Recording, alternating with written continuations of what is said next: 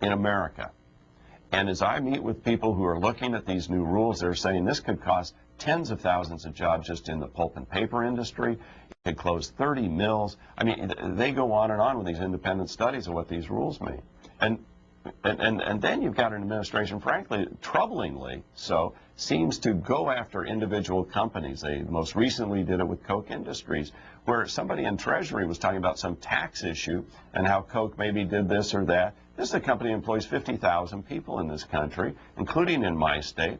And it's kind of bizarre because they're a privately held company, so I don't know how somebody in Treasury would know about their tax status and talk about it, because those records are supposed to be private. There was a story in Weekly Standard recently. I think that's wrong to demonize people, to single people out like that, to make some political gain. And that seems to be the way they're dealing with people that they disagree with. And I just think that's bad for the country. And we should be encouraging people who are putting their money on the line, who do employ tens of thousands of Americans, to keep doing it. What do you need? How do we grow jobs? How do we get this economy moving?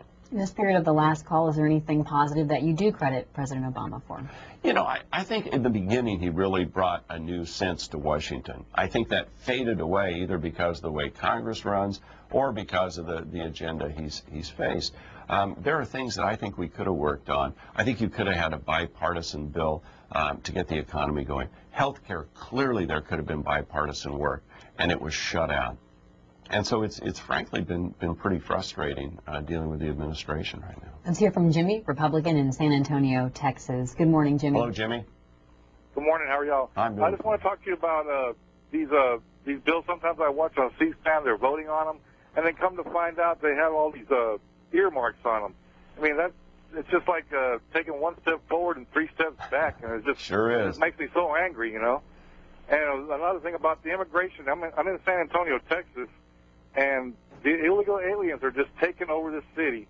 I feel like Davy Crockett the Alamo, if you know what I mean. Yeah. But we just got to secure these borders because I've been looking for a job for a year now, and it's just real hard, you know. Yeah.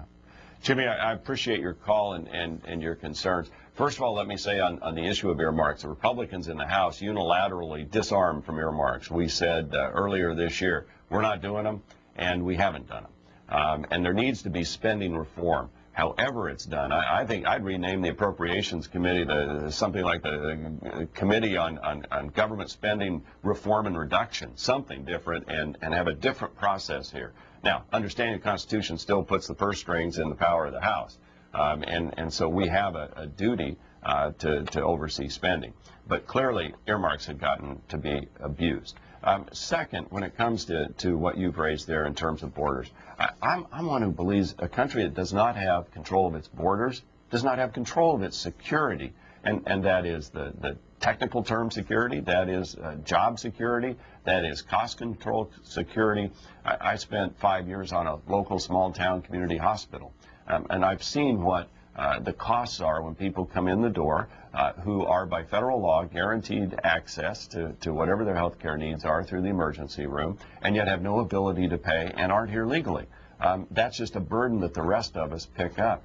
You know, we are a proud country of immigrants. Most of us have ancestors who came here from somewhere else. And we probably admit more legal immigrants into this country than all other countries combined. So we have a very robust legal immigration process. But that does not work as intended when you have porous borders that allow anybody across who can sneak through. And it's not just people coming here for a better way of life. It's people who are bringing drugs and destruction to our communities and our families. I see it every day in my district where Mexican drug cartels are overtaking our federal forests, engaging these very complex and dangerous marijuana grows on the federal forest lands. There was a killing recently in my district of a gang drug dealer confronting law enforcement officers, and he was shot and killed.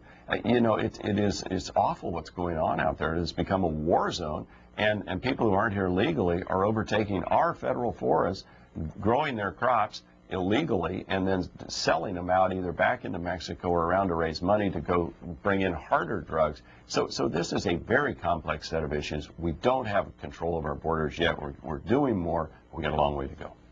Haywood, independent caller in North Carolina. Hi there. Good morning. Good morning.